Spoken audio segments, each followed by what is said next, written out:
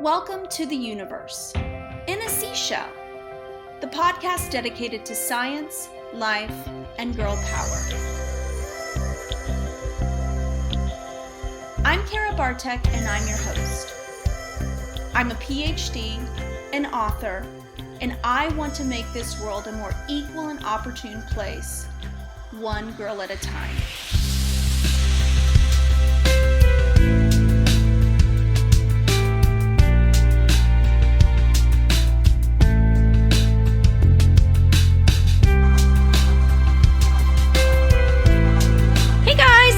Welcome to the podcast. I am Kara and I am your host, and I am joined by a very special co-host, Cece. Hi guys. Hey, today we have a very special episode in our dino series. It's about the Brontosaurus, and this was a special request from our friend Ava T. Now, here's the deal though. I titled this episode the Brontosaurus because that's what Ava requested. But upon research, did you know that basically the Brontosaurus does not exist? It doesn't? Oh, it gets crazier and crazier. Okay, here's the deal with dinosaurs. So the way that paleontologists have put together our understanding of dinosaurs is that they've dug up a ton of bones. Now, when we see them in museums or when we see them in books or on the internet, they always look like these big, complete skeletons. And I think very often that could give you the impression that that's the way that they're found in the ground, right? That they kind of look like maybe they were just buried under a mountain and they're perfectly preserved, like the skull's in place, all of the vertebra, and they're posing just like they're about to kill something, right? They always kind of like, Rah! They always have this perfect pose. Now, but the reality is for paleontologists that they're actually putting together a huge, very confusing, and often very incomplete jigsaw puzzle. Think about how frustrating it is when we do a puzzle and there's a few pieces that are missing, right? Mm-hmm. Maybe like a character's face or a corner, something that's like really important, and you're kind of going, oh my goodness, where is this piece? If I had this piece, I would be able to see the full picture, right? Well, that's the way that it is for paleontologists. They are working with a very incomplete set of puzzle pieces, okay? And so the picture that they give us sometimes can be inaccurate. And so guess what? I grew up thinking that the Brontosaurus was like a thing. It was this big dinosaur that has like a long neck and like a tiny head. And he was actually one of my favorites because he was so big, right? Mm-hmm. He's like as big as, you know, as far as dinosaurs go, he's one of the biggest that ever walked the face of the earth. Not but the he's biggest. not too real, so. Yeah. So this is what happens along the way is that new pieces of fossils are found, new skulls, new understanding, and paleontologists have to basically reconfigure what they know. So we are going to be talking about the Brontosaurus, aka the Apatosaurus. Its nickname is the Apatosaurus? Well, that's what they have changed our old standard Brontosaurus to, is the Apatosaurus. But we're going to get into all of that, okay? Now, I know you know about the Apatosaurus because we've got a couple books about the Apatosaurus, don't we? Yeah. He's like big, long legs, long neck, small head, very small brain. Right. Well, guess what?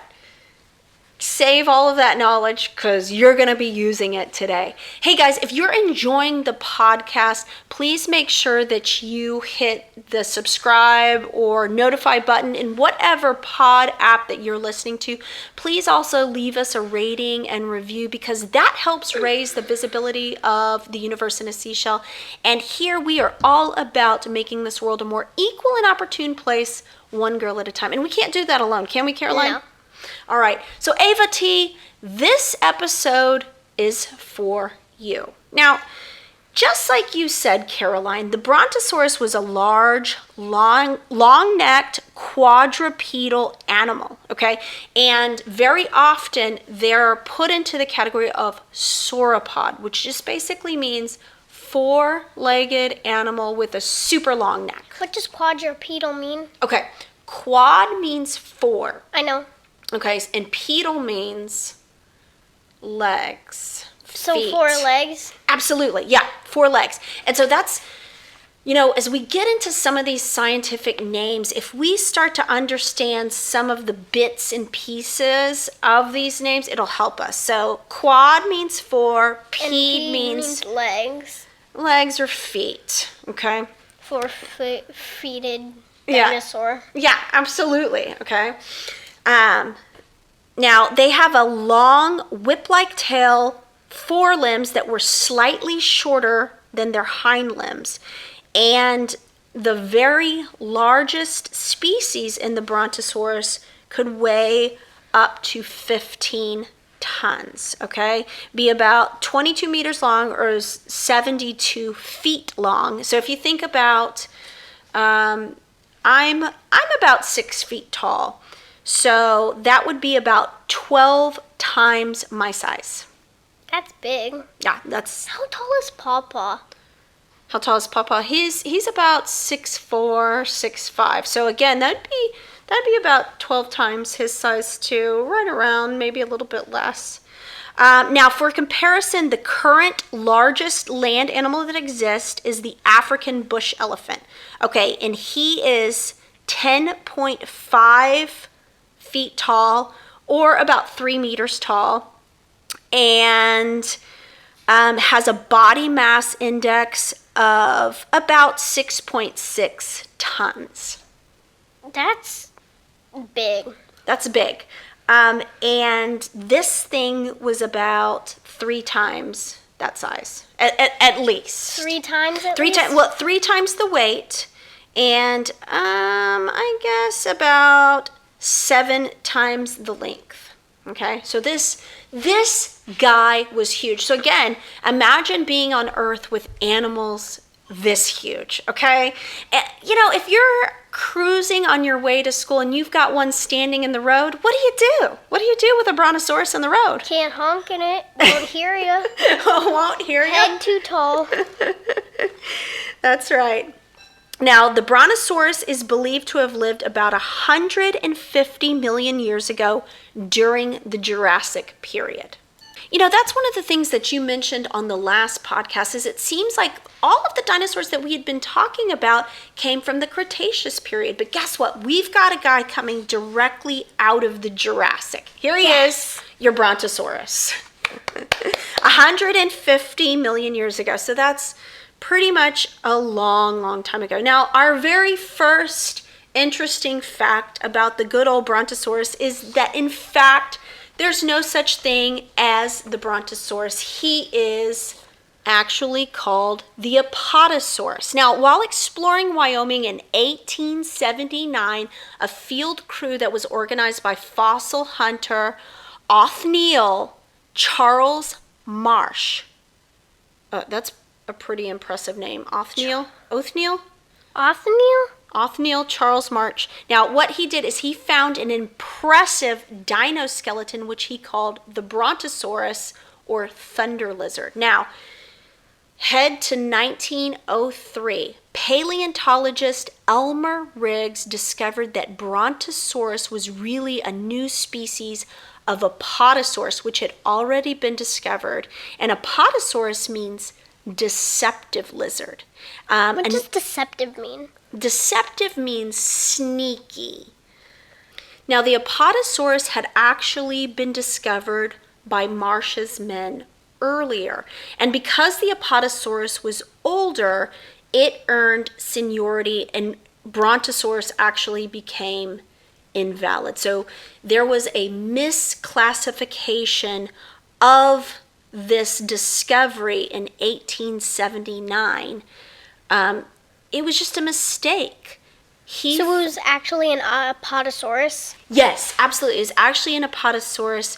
They thought that they were discovering something totally new, but it was just a different species of the Apatosaurus. Now, here's the deal. The Apatosaurus was actually given the wrong head. Now, Marsh's original Apatosaurus / Brontosaurus specimen, that one that I was talking about that was discovered in 1879, it was missing its skull. And so he kind of theorized that that dinosaur had a round head. Now, the museum curators actually started giving the Apatosaurus mounts artificial heads that were modeled after a blunt-skulled creature called Camarasaurus. Okay? So many Asauruses. Yeah, so many Asauruses, right? But Apatosaurus's true head wouldn't actually be discovered until the 1970s. So this kind of goes back to that thing that I was saying at the very beginning of the podcast. Almost all of this skeleton had been discovered except the head. So how do you really know how a dinosaur looks if you can't find the head? So imagine a dinosaur who's got a very distinctive head, like a Triceratops or a Stegosaurus, and fossil hunters saying, well, you know what? I think I should just go ahead and give this guy a square head. Right? Or maybe I'll give him one that's shaped like a triangle. Or one that's shaped like a diamond. There you go, see? So not having that complete picture, they didn't really know what this guy looked like. And again, the head wasn't going to be identified for about 70 years. Okay, so it took them 70 years to really figure out what this guy's head looked like. Was it actually round? What, the little head? Mm-hmm.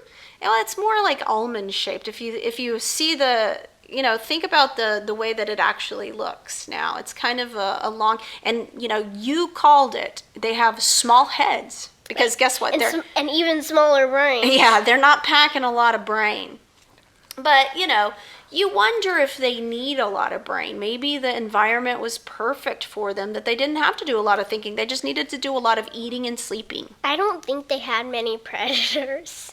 Well, again, yeah, you might be absolutely right, because you would think that evading predators would mean that you'd have to have a lot of gray matter, a lot of logical skills and survival skills and all that kind of stuff that would be, what you would think would be they kind of can housed in the brain. Stomp on it. Stomp on it, yeah. That's another thing. They have big feet. Girl, well, and they're huge. Mm-hmm. Okay. Now, Apatosaurus was actually fairly heavy set. Now, this was something that was very surprising to me, because when I see any kind of sauropod in general, they kind of look long and skinny.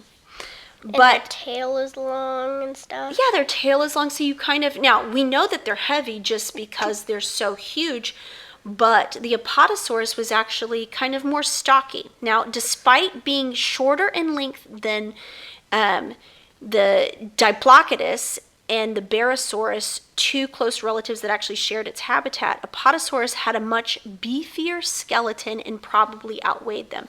So the idea is that when you see these really thick bones on any kind of animal, especially dinosaurs, they believe that there's more flesh hanging on there. Okay, muscles, like skin, fat. Tyrannosaurus Rex. Yeah, they had really kind of beefy like legs and stuff like that, where they were probably meatier. But again, the only thing that's left of dinosaurs is just the skeletons. Fossils. Yeah, because those are the things that can weather the ages. We don't have any, they didn't leave us any pictures. Their Facebook profiles all went obsolete. Oh, wait a second. No home movies, right? But really, in all seriousness, we don't have any flesh. We don't know if they were scaled. I mean, and actually, some evidence might actually point to the fact that they were feathered. Yeah, like chickens. Yeah, that kind of blows my mind. Like we said when we did Tyrannosaurus Rex. It might just be a ginormous chicken. Bakak! It lays big eggs. Now, sauropods, which actually means long-neck dinosaur, can get huge, okay?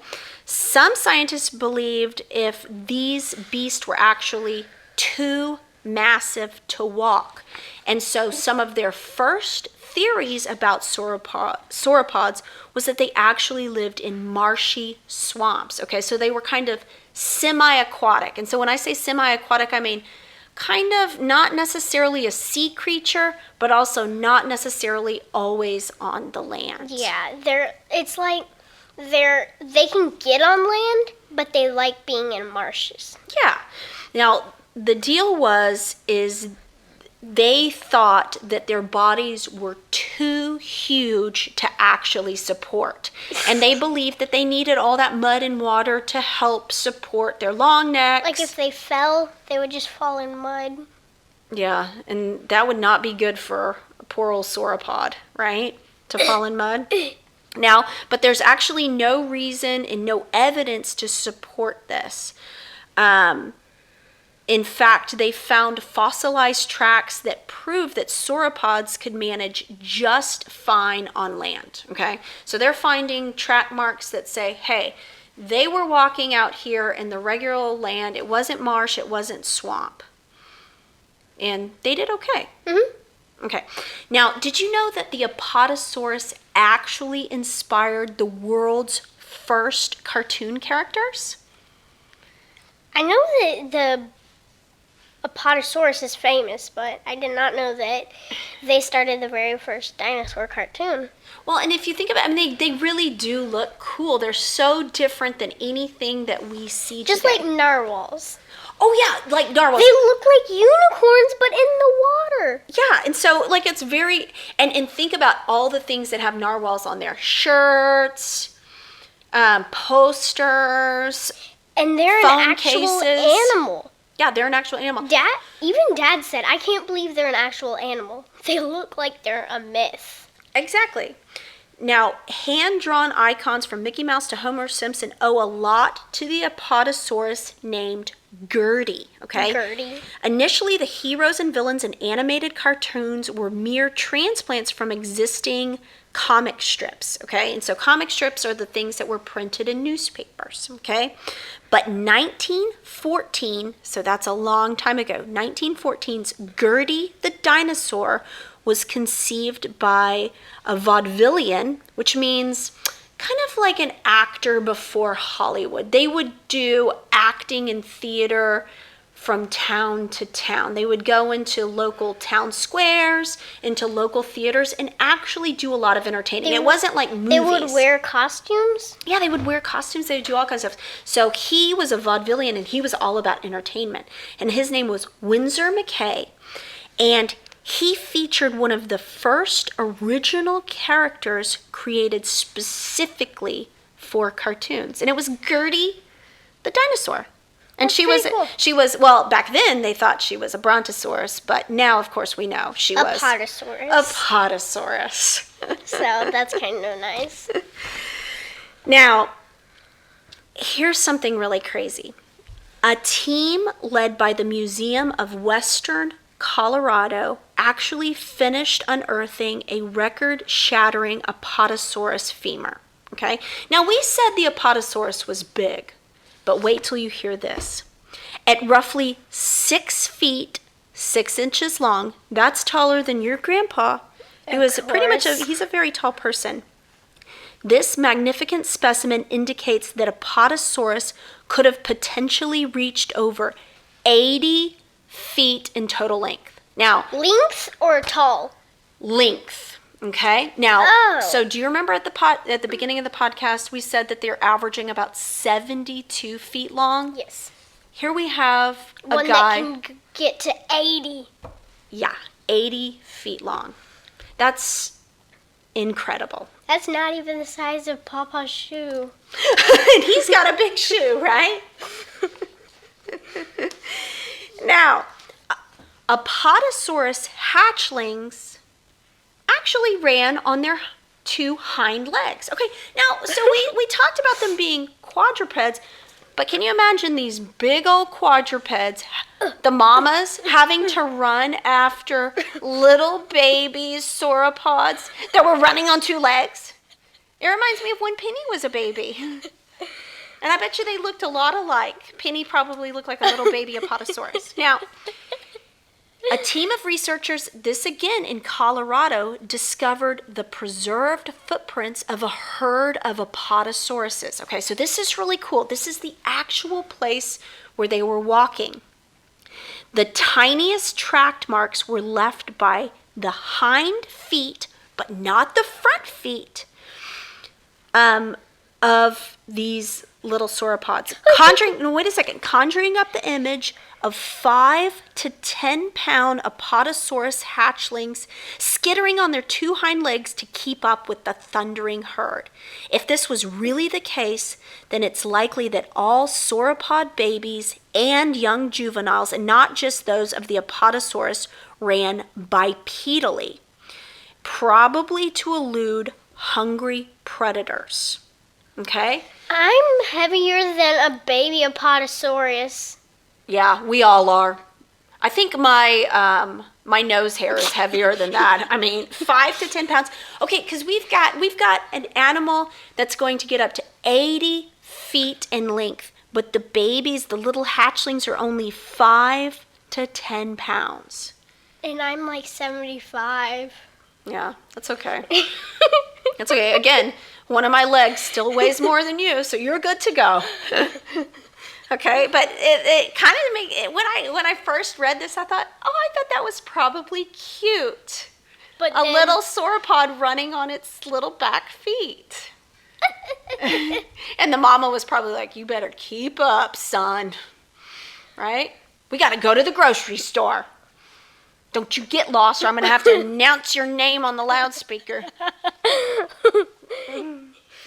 Okay, now, Apatosaurus may have actually cracked its long tail like a whip. Like most sauropods, Apatosaurus possessed an extremely long and thin tail that acted as a counterweight to its equally long neck. Just like Tyrannosaurus Rex. Absolutely, or Gorgosaurus. Gorgosaurus. That still has to be one of the coolest names in dinosaur history, Gorgosaurus. Okay. Gorgosaurus. Now, to judge by the lack of characteristic trademarks that would have been left in the mud by a dragging tail, paleontologists believe Apatosaurus held its long tail off the ground. Okay, and it might be even possible that this sauropod whipped its tail at high speeds to intimidate or even inflict flesh wounds on all of the predators that were trying to get a good old bite out of its butt. Yeah, get kind of like an Apatosaurus, ribeye or something. Okay, so that has to mean that there's incredible strength going on there to be able to hold that tail up while they're walking. Or maybe even running, right? Because they're saying it's not dragging on the ground. Now, if I had a tail that big, I would sure be dragging it. Because you run a lot. I run a lot, but I don't have I don't think I have Apatosaurus strength. So that's the Apatosaurus / Brontosaurus in a nutshell. Number 1, and this is the biggest fact, is that Brontosaurus is really just a misclassification of the earlier discovered Apatosaurus, okay? Apatosaurus is massive. Big. Big. It lived during the Jurassic about 150 million years ago. Its little babies walked on 2 legs. So cute, so cute, so cute. What type of bird do you think we could call an Apatosaurus? I'm thinking an ostrich. Well, and so here's the thing that I was thinking about too, because if all of these guys are evolving eventually into birds, my guess is that, again, since this is a much older dinosaur, it's during the Jurassic, they represent an unevolved version of birds. So this is less close to a bird than, like, say, the Gorgosaurus or the T-Rex or, the Velociraptor. Those Velociraptors, Man, They were so close. they were so close, and they were like the size of a little turkey. I mean, now they weren't an Archaeopteryx, which that is truly, truly, A big bird. yeah, an ancient bird. But they're getting close. It's like it's a slow change over time. And think about how long that takes. So here we are, 150 million years later. We can look at cardinals. We can look at ostriches. We can look at emus. Turkeys, and know that their ancestors We're dinosaurs. were dinosaurs. And you know what? It's like whenever change happens, it's like slow moving goo to get where it wants to go. It's slow. Yeah, change is slow. I mean, you know, especially when it comes to biophysical things, it takes a long time. Because, you know, we even have what some scientists believes are vestiges, which that's a really great word, or things that were once useful to us and our ancestors a long time ago, like the appendix, okay? So for the most part, medical doctors don't really understand what the appendix is all about. What is an appendix? So it's this like little organ that, again, doctors don't really know a whole lot about what it does, but every once in a while it will bust and get infected, and you have to go into the hospital. We had a friend named Brody. Remember, he had to go to the hospital when you guys were in kindergarten because his appendix actually ruptured, okay? And so it's kind of No, Brody? yeah, so that was when you were in kindergarten. You were probably too little even to remember. In kinder. Yeah. So anyway, it's believed that organ is actually a vestige or just a remnant of when we were much more ancient and we were consuming a lot more plants, bark, things that were very difficult to digest. They think it might be like a big old gizzard. Gizzard. Okay, so again, it takes a long time for bodies to change, okay? A short time for people to change, right? Yeah. Okay, because in fact, this is what you and your sister are doing today. Y'all are not organized or clean room people, I would say. No, I No. don't like cleaning. No, I know. And you don't like organizing. No. But I want you to take very good care of the things that you have, right? Mm-hmm. And I want you to respect your toys and all that kind of good stuff. But I'm starting to see a change in you and your sister, right? We want presents from Santa. Is that your only motivation? Christmas is a big motivation. Christmas is a big motivation. Okay, well, whatever the motivation is. But again, that's a behavioral change, right? And behavioral change can happen really quick, especially when mom's in there yelling at you. Clean Or this dad. up. Or dad. So change takes a long time, especially when it comes to changing a body. But behavior change can happen very quickly, and especially when you're being motivated by your Santa gifts. You know what? This is what I think. I think you need some coal. I'm sorry. You need some coal in your stocking. We pulled up the bed today, and it looked like a baby Apatosaurus was living under there. That's the only thing I can... Who's fond of LOL dolls and cutting paper, because there was a lot of like cut feathers. I don't even know. Dirty underwear. Like, who are you? Who are you? Okay, guys. I hope you enjoyed this episode on the Brontosaurus / Apatosaurus. If you have any show suggestions, that's a tongue twister. Show suggestions. Please Show suggestions. drop me a line at universeinaseashell@gmail.com. I'd love to hear from you. I'd also love to see some of your art. I've been getting in some pictures of dinosaurs. I will be more than happy to display those on my website, on my Facebook page. I'm really proud of you guys. Y'all are some of the best listeners that I have, and I hope that you are all having a great week. What do you want to say, Caroline? You want to give any advice on cleaning your room?